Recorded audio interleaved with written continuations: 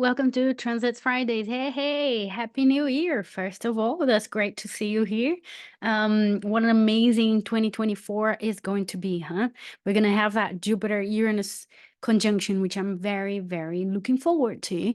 And I will do a special video about it, which is not this one today. So today we're going to be talking about transits from today, Friday, the 5th of January, until next Friday. So we're going to be covering a few different planetary movements here, how to use it. This is constructive astrology, so it's all about creating the life you want to live using planets as a guidance, rather than fear-mongering or focusing on anything that can go wrong. Okay, so this is all about using astrology positively. So what we're going to be covering this week, there are a couple of transits, a couple of trines in Earth, which are very exciting. We also have a Sun square Chiron that we're going to talk a little bit about. And Mercury moon conjunction is square Neptune. So there's a little bit of a creative kind of feeling here as well this week. And obviously the new moon. So we're definitely going to be covering the new moon in Capricorn. So we have a new moon on the 11th of January. So let me share my screen. Now, tell me, how was your New Year's Eve? What did you do? Did you go anywhere? Was that a party or something? As you can see behind me, I've got new bookshelves, which is very nice.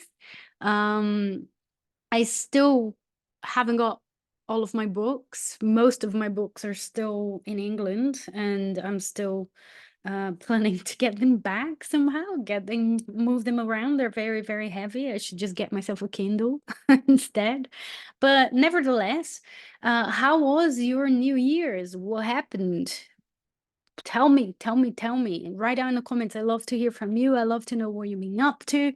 And I went to a little house party and just a few select, people, which is great. I mean, at my age, I can't do big parties anymore. And especially after knowing that I'm an HSP, a highly sensitive person, highly sensitive people out there, you're definitely resonate with me. It's hard to be in big parties. It's like too much going on. It's easily highly stimulating and you just can't, it's like you're out of your body somehow. There's so much going on there, you're just really confused, you can't interact anymore, or pay attention to your own feelings of what's going on in your world. So it's a bit challenging. So that was perfect. We did a small house party and we played some games, which was cool as well. Had some drinks, and that was it. By 1, I was back home and ready to sleep.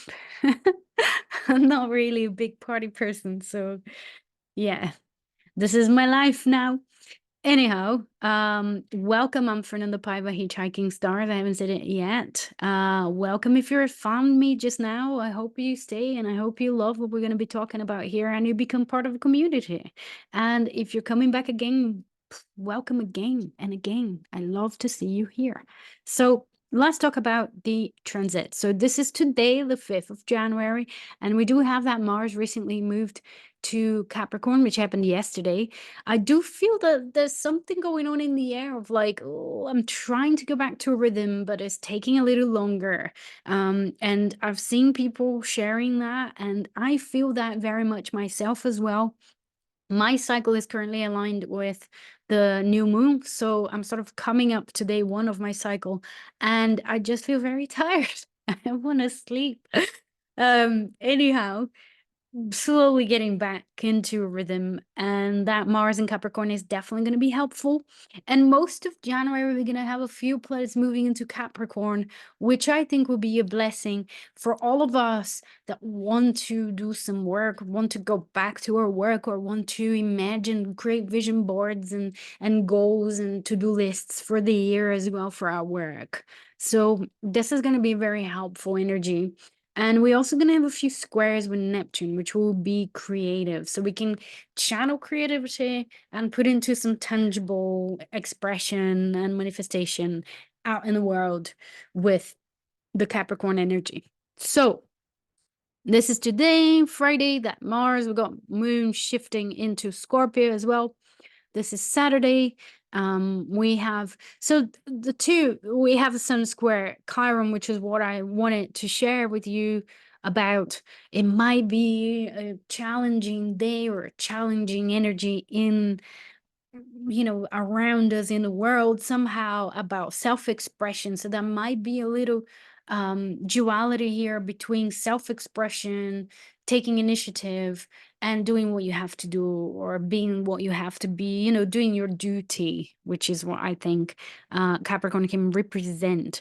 But this is also a day where we can have more awareness of where we need to heal, how we need to heal, um what needs to be eliminated somehow, or acknowledged somehow. Sometimes the pain we have just needs acknowledgement, and then we can move that energy, right? So that's the Saturday, that's the day we can do that. The planets are definitely supporting that kind of work. And in general as well, the two trines that I mentioned in the introduction as well is Mars trine Jupiter. So we've got Mars in Capricorn coming to trine Jupiter for most of this week, and the Sun coming to trine Uranus for most of this week as well. So there are two earthy trines, and the feeling of picking up speed a little bit, or getting a little bit of stamina back, and feeling that we can actually go back to work slowly and get things done, and have the energy to expand our goals, our achievements, or what we want to achieve, and have a little bit more of a clarity here, especially with Mars in Capricorn trying Jupiter. So that sense of expanding what we want, expanding where we want to be as well, having the support with that Jupiter in Taurus as well. It's like being in the right place at the right time. I like to think about Uranus and Jupiter in that way. So maybe there's something to say about that in this week, okay? And it will be an energy that will be around us throughout the week, okay? Because it's coming to trine. So see Sun at 16 and Uranus at 19 and Mars at 2 and Jupiter at 5. This is the Sunday the 7th. And the next transit that I wanted to share is the moon Mercury is square Neptune, and this is going to be happening on Tuesday. So at the same time that the trines are becoming a little bit more exact, closer, I think this is the energy, this is the vibe. It's like that could be a lot of creativity, inspiration. That's what Neptune represents. And Sagittarius, to a certain extent, is like searching for meaning, for the higher purpose, the higher, the higher vision of everything, etc.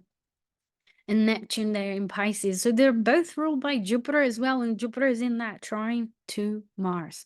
So there's something about don't focus on the confusion. Don't focus on pinning something down and trying to give an ultimatum of some sort. Mercury is a square Neptune. Try to use this day to be more imaginative, channeling things, journaling, doing some creative work, because this can be used in your work, your actual work, and how to make money and how to create resources in your life, how to create abundance as well, because we have that Mars Jupiter trine. So, and Jupiter and Mars is also sextile to Saturn. So there's a lot of support in this energy as well in these transit. We can definitely create structures that can last longer by channeling this inspiration into work, into something tangible somehow. All right. So this is Tuesday. And then look, here is the moon already in Capricorn, and is on the 11th of January, my dad's birthday, that we have the new moon in Capricorn. So here's the new moon, 20 degrees Capricorn, happening there. It will be an almost exact trine to that Uranus. That energy I said it will be happening throughout the week, because it's an applying sort of aspect. So it will be very, very closely happening here still at this new moon. So it will be part of this blueprint of the new moon. So this cycle could have a lot to do with breaking free, finding ways of applying your genius into your work, into your goals. Capricorn is brilliant for thinking and setting intentions around this structure, a structured growth, a structured development. You know how we think about Capricorn as the goat climbing up, the mountain, and a really difficult climb. So this could be about our lives as well. place that new moon somewhere. Where is it in your chart? Is it making any other aspects? What's happening in your natal chart there in terms of the transits as well? Because this could also be reflective of your unique opportunity and the unique intentions that you can set with this new beginning. So trying to Uranus, genius, applying genius, being unique in your work, breaking the mode, finding your own way of doing things, which is aligned to your values because is in Taurus as well. So we're taking values very seriously here as well. But also, is the day that Mars is an exact applying still, because we got 508, 548, so it's still going to happen, but it's very exact. Both are 5 degrees. So we got the exact trine between Mars and Jupiter as well. Again, that since this cycle is about expanding your vision, expanding not only your vision, but expanding your vision in the material way, in an actual way. How can you make things happen? Ask yourself these questions now this week, because your intention can be around that. There's a very, very supportive energy. I'm telling you, and I say it again, supportive energy to accomplish, to make things happen, to create things, to create the structure, to create and manifest abundance in your life, to make more money, to get, things off the ground, to launch things as well. It's a great energy for that. It's all both at sextile to Saturn as well. Look, it's not far off. So there's something about that. And remember, Mercury is still in a square to Neptune, so we can still bring that inspiration, the otherworldly channeling and tapping into knowing without knowing, but making something happen with it, turning into something tangible, something generous. Jupiter is generous as well, actions that are generous. Now, two more aspects of this new moon that I really want to talk about is not too far from Pluto. So it is far enough because it's 9 degrees away. But people that have Elise Green as one of the greatest inspirations know that she uses 10 degrees orb. So it is close enough, 9 degrees away. So there is a little bit of that flavor. It's not urgent because it's not so close. There's still a little bit of space there, but it could be fine-tuning what do you have to offer, fine-tuning what your goals are. Are they realistic enough? Are they achievable? Or you're just imagining things that are you're really going with that Mercury Neptune.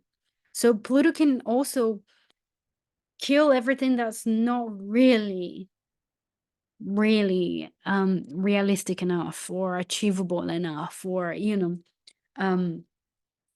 trying to do something for the status? Does it have anything to do with your actual core values and what you want to do or who you want to be in the world? Or are you trying to do that for validation? So there is a feeling with that Pluto close to the new moon, there is a feeling of purging those goals, purging the will to achieve something or the desire to achieve something. If it's not truly resonating with your core values, with your call, it will be challenged. So we're going to also be sifting through and finding out what really those goals, how meaningful they actually are to us, with that Mercury and Sag there as well. The second and last aspect that I want to talk about with this new moon is a square to the lunar nodes. So it's an exact square as well because they're all at 20 degrees. And I feel when we have a new moon or a full moon in aspect to the nodes like this, obviously if it's in conjunction, we're talking about eclipses.